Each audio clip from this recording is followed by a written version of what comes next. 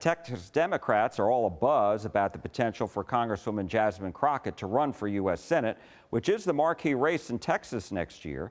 If she enters the race, it will provide a real jolt to the Democratic primary and perhaps the general election. In a poll October 1st by the University of Houston and Texas Southern University, Crockett topped a hypothetical Democratic primary matchup with 31%.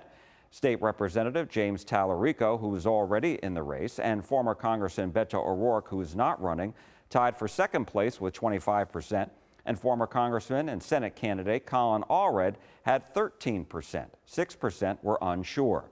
And when it came to a potential general election race, all three Republican candidates, incumbent Senator John Cornyn, Congressman Wesley Hunt, and Texas Attorney General Ken Paxton, came out on top of Crockett.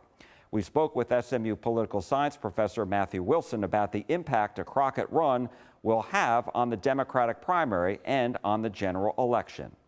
Well, all polling suggests she would be very competitive in the Democratic primary, that she would be a major contender for the Democratic nomination. And she certainly has a devoted following, not only in Texas, but nationally. So I think she would be able to raise a decent amount of money to make a bid for that nomination.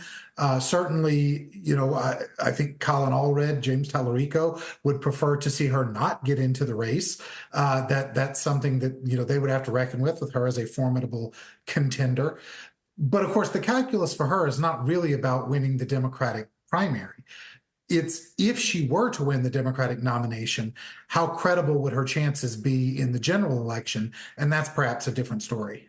She said she would only get into a race if the polling shows that she could expand the electorate and that she could win a general election based on that expanded electorate. So what do you think? I mean, do you think that she has the ability to expand the electorate and win a general? Well, Democrats in Texas have been talking about expanding the electorate for cycle after cycle after cycle. What that used to mean was getting Hispanic voters to show up at the polls. However, Hispanic voters in Texas have actually been trending more Republican in recent cycles. So that put a dent in that whole strategy. Now, whether that will continue in 2026, we'll see. But what Congresswoman Crockett must mean by that is that she believes she can reach out to disengaged younger voters, perhaps a larger share of the African American electorate, to grow the base of the Democratic Party.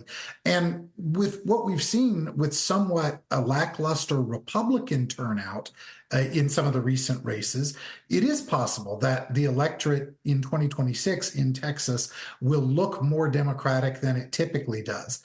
And if Congresswoman Crockett thinks that that's going to be the case, she may feel like she has a plausible enough chance to throw her hat in the ring.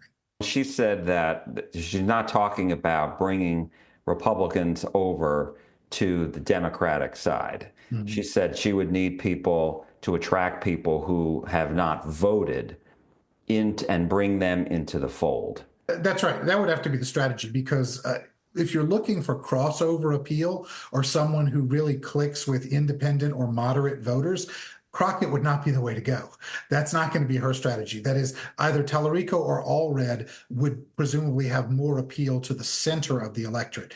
Crockett's strategy would be different. Hers would be a fire up the base strategy, and coupling that with trying to bring to the polls people who in the past have not participated. Now, that's always a hard way to go. Again, the filing deadline for the candidates in Texas is December 8th, 1 week from tomorrow, and we will be watching.